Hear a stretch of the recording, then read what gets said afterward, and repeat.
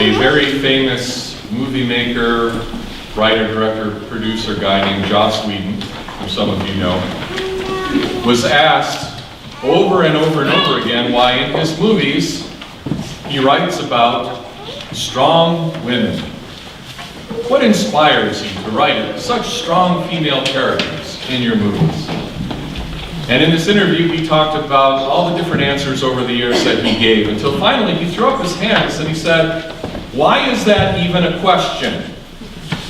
Why is that even a question why there should be, or how there could be, strong female characters in my movies?" This is an important question, brothers and sisters. Why are we asking these questions? Because in the church, for centuries now, we have had strong female characters. We have women saints who have shown incredible fortitude, depth of understanding, compassion, integrity, courage, not just strength in a mundane sense, but in all ways that that's possible. A fullness of human character, the fullness of womanhood, the fullness of femininity, yet also the fullness of humanity revealed in Jesus Christ. And today we celebrate one of those great women saints, and that is Saint Katherine, the great martyr of Alexandria. If you don't know about the life of Saint Katherine, you're about to find out, because you should know. So that you never have to tell your children, maybe your daughter or your grandchild, oh yeah, girls just sit in the church, they don't really have much to say or do. That's an absolute lie. An absolute lie. So St. Catherine began her life as the daughter of a wealthy patrician who was a leader in the city of Alexandria. Itself was at the time the center of culture and arts and sciences in Egypt, certainly, and to a certain extent, because the library of Alexandria of the entire civilized world. She was widely admired, not just because she was rich and wealthy and therefore kind of a celebrity, and not just because she was physically beautiful, but because she was extraordinarily intelligent. She was well learned in all of the teachings of classical antiquity. If you look at your icon on the bulletin, if you can make it out there, scattered around her feet are books. She was an avid reader of all the great classics. She knew her Homer, her Ovid, her Virgil. She knew the great philosophers and was versed in all the arguments of Aristotle, Plato, and the rest. And she could discuss all of these subjects in many different languages. And so, not surprisingly, because of all of the gifts and talents that she had, in that day and age, a great deal of control, so to speak, choice over who it was that she would be married to. And there were many people, of course, who were interested in marrying into this wealthy woman. But I'm sure many of them might have been challenged by the fact that she was unequaled in her intelligence, her intellect, her knowledge. And so, not surprisingly, not being able to find someone to measure up to her quality, she herself told her parents, really, I don't want anybody unless they equal me in nobility, riches, beauty, and wisdom. Very difficult prospect. Very difficult match to make. And so her mother, who was hoping for grandchildren and hoping to see her daughter get married, and all those things that mothers eventually tend to think, was falling into despair because her Princess Charming could not find anybody suitable for her. So she heard about a holy Christian ascetic who lived not far from the city. Remember, this is the time in which there was the blossoming of the monastic life. This was the time of St. Anthony the Great and many other desert fathers. And this monastic told Catherine that he did indeed know such a one who she was looking for, possessed of surpassing wisdom. In fact, wisdom that he was the very source of, surpassing all things, for he was the spring of all things visible and invisible. He was noble above all rank that we can think of, and he has authority over the whole universe. He was the master of the worlds and the principal of all knowledge, the most beautiful of the children of men, according to the Psalms, for he is God incarnate, the Son of God. And so, he gave her an icon of the Mother of God holding the Christ child and sent her on her way to think about that. And so that night, as she pondered it, she had perhaps a dream or a vision in which the Holy Virgin appeared to her, holding the Christ child.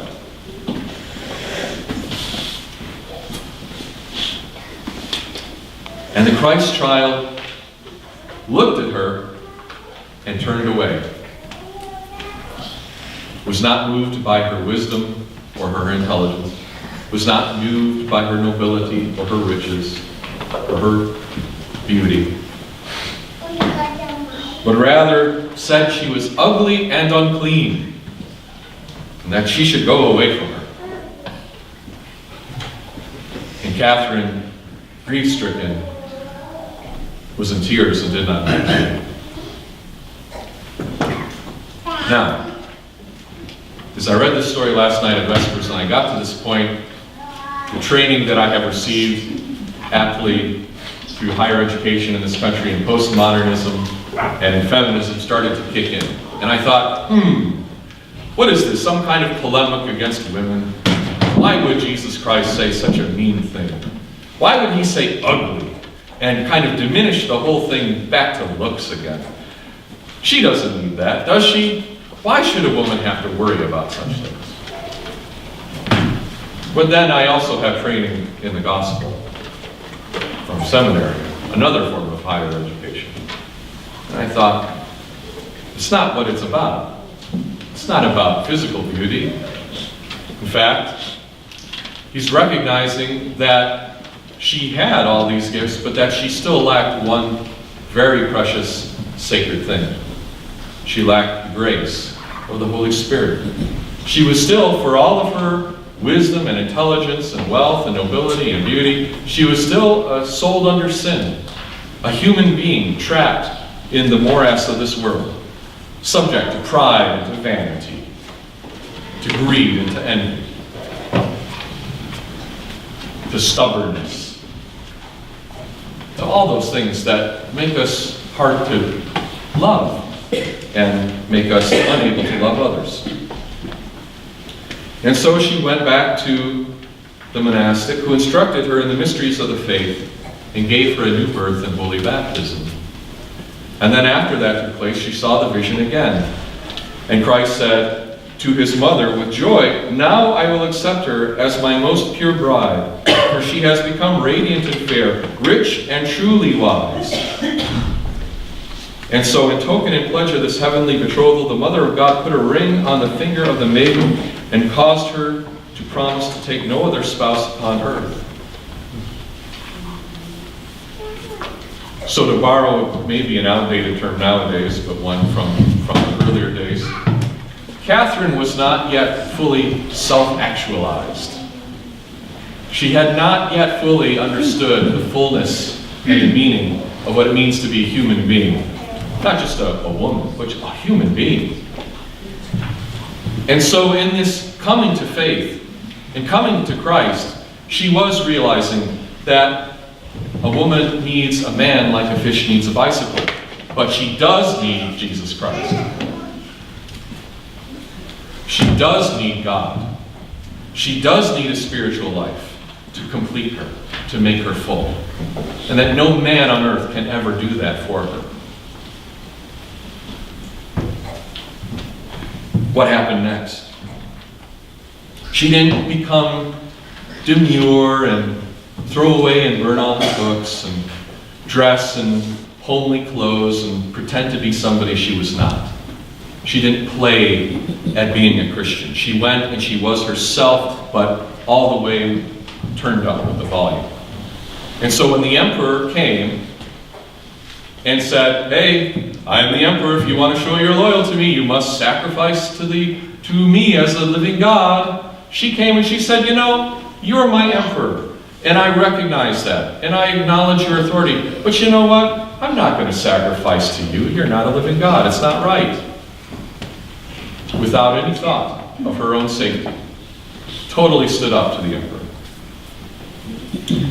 The emperor entertained her boldness and said, okay, fine. You think you know something, little lady? And he sent out a call throughout the entire empire, and he called his 50 greatest scholars and philosophers and orators, as they call them, to come and debate with this virgin, this woman who refused to take a man. And they came from all over the country with thirsting for blood, no doubt, as sometimes you will see academics do before debate. And there, every single one of them fell before the onslaught of her technique, of her tactics of debate, and her techniques, and her wisdom and her knowledge that God had given her. God used her talents and used her strength and put to shame all of the orators. They became mute as fish. She showed up their contradictions. She even quoted their own oracles. The Sibyl, the oracle of Apollo. She even showed through paganism how they themselves understood the pagan gods to be demons, that is, just spirits of passions, and not really the divine, as Plato understood. And the great irony is that 50 orators then turned around and said, she's right. We can't deny the truth of what she is saying. And they came forward to be baptized and to accept the faith. Now, how do you think the emperor responded to that? The way, like Pharaoh before him, and all the other petty tyrants and petty men throughout the world who wanted to keep a woman down did. He didn't want to share his toys, so he had them all killed. He executed them all. And for Katherine, he, of course, invented the great torture device of the chariot that would pull her apart. And that's why in the icons of St. Katherine, do we have her up here somewhere? She has the wheel, right? In the icons of St. Catherine, you see the spiked wheel. And she was supposed to be attached to this machine and torn apart. But an angel actually came down and saved her from that. And instead, the chariot ran away madly and ran over a bunch of pagans instead. Just like when Nebuchadnezzar tried to burn the 3 young men in the furnace, he only ended up burning the people that were stoking the fire. This woman, Katherine, was so influential, so competent, so strong in all that means, that even the emperor's wife decided to say, you know what, I like her, I'm going to follow her and her God instead. She's right. And the emperor killed her too. Like an evil, evil tyrant. Until finally, at last, her time came and she was beheaded as well to complete the number of martyrs in her time. So brothers and sisters, in the gospel today we heard another story of a woman who is not strong.